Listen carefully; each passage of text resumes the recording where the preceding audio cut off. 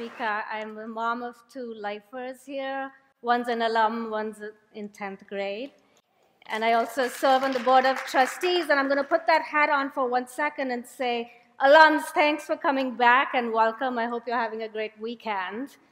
And another special thanks to all my peeps who showed up here to watch me. So we can get started.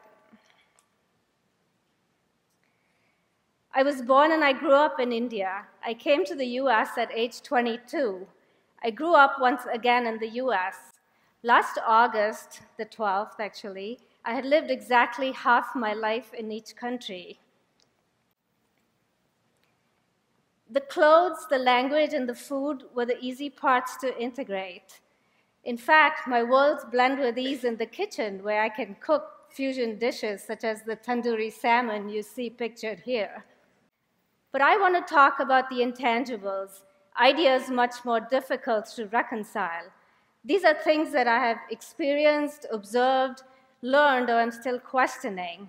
None of it is scientific, it's just stuff that I think about. Indians worship 3 main gods and anywhere up to 33,000 lesser gods. In fact, even the Christians in India worship their local Hindu deity along with Christ. I came here to find the strong belief in monotheism pretty astounding.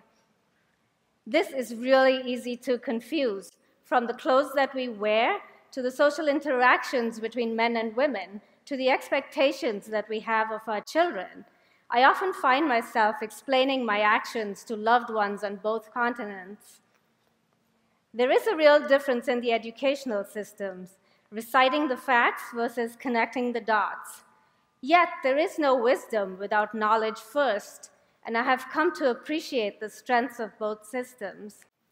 I was not encouraged to ask questions at home or at school. Culturally, it's a sign of disrespect to one's elders. Yet without questions, how does one create, innovate, or problem solve? And I wonder, is it a factor in the slow evolution of social change in India? This from a New York Times article because it says it just perfectly. Americans and Europeans stand out from the rest of the world for our sense of ourselves as individuals. We like to think of ourselves as unique, autonomous, self-motivated, and self-made. People in the rest of the world are more likely to understand themselves as interwoven with other people, as interdependent, not independent. In such social worlds, your goal is to fit in and adjust yourself to others, not to stand out. People imagine themselves as part of a larger whole. This view of self is evident in our everyday social interactions, our politics, and our worldview. And I wonder about the connection between capitalism and the strong belief in individualism. Does that individualism drive the intense pursuit of wealth accumulation? Are workplace policies such as the 2-week annual leave just another manifestation? Are we stuck in a vicious cycle created by our sense of self? Early on, I was utterly confused in the grocery store, which of the 10 kinds of milk to buy. Where I had just come from, milk was just milk. Does that abundance make us careless? In contrast, why do Indians not throw anything away? We reuse everything, not just the stuff we recycle here in Montgomery County, but clothes, shoes, cell phones. There is always someone more needy who'll fix it and use it. And even when it ends up in the trash, the garbage pickers go through and sell the scraps. But unfortunately, some of those garbage pickers are children. Do they work or do they starve? In an ideal world, they wouldn't have to choose, but in the reality of now, I say Americans hold judgment. But are we Indians getting complacent living in the now? Are we tolerating the other evils of society, pollution, rape, corruption, poverty?